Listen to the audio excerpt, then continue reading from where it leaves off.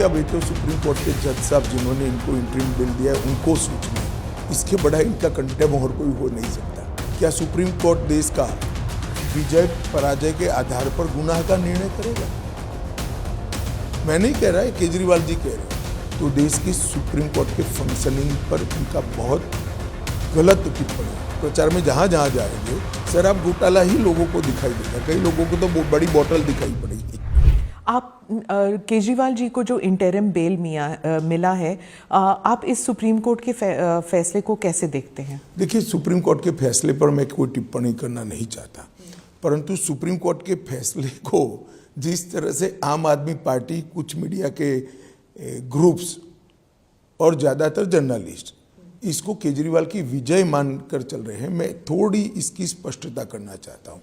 इनकी plea supreme court के सामने क्या थी? इनकी प्ली थी कि मेरी अरेस्ट ही गैरकानूनी है, मेरी अरेस्ट को रद्द कर दीजिए, मतलब मुझे यहाँ से बरी कर दीजिए। सुप्रीम कोर्ट ने नहीं माना। फिर प्ली को मॉडिफाई किया कि ठीक है, चलो भाई अरेस्ट रद्द करना छोड़ दीजिए, मुझे बेल दे दीजिए। सुप्रीम कोर्ट ने नहीं माना। सुप्रीम कोर्ट ने सिर्फ इतना कहा कि आपका चुनाव के प्रचार का जो मांग है इसको आप पूरा करिए, हम आपको इंटरिम बेल देते हैं और 1 तारीख को आपको सरेंडर करना है। वहाँ तक न सरकार में कोई काम करना है, न ऑफिस जाना है। अब इसको ये बड़ा विजय और क्लीन चिट मान रहे। क्लीन चिट नहीं है, चार्जशीट पड़ा है अभी कोर्ट के सामने। अगर उनको इतना विश्वास था तो सेशन कोर्ट में कॉसिंग डालते कि मेरे खिलाफ चार्ज ही गलत है। वो तो अपने रोड शो वगैरह में कह रहे हैं कि आप मुझे वोट दे दीजिए, मुझे फिर जेल में कोई नहीं भेजेगा।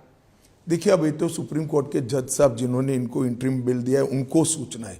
इसके बड़ा इनका कंटेम और कोई हो नहीं सकता।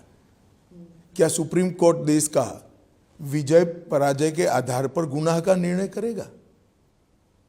मैं नहीं कह रहा है, केजरीवाल जी कह रहे हैं। मैं तो सुना भी नहीं, आपने कहा, मैंने अखबार में पढ़ा है। परंतु अगर ये उन्होंने कहा है तो देश की सुप्रीम कोर्ट के फंक्शनिंग पर उनका बहुत गलत टिप्पणी है।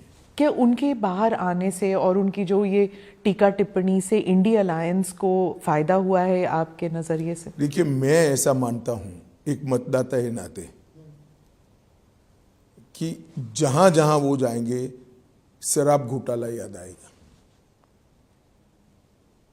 अब फायदा हो गया, नुकसान आप तय कर लीजिए। पंजाब में हाँ, प्रचार में जहां जहां जाएंगे शराब घोटाला ही लोगों को दिखाई देगा। कई लोगों को तो बड़ी बोतल दिखाई पड़ेगी।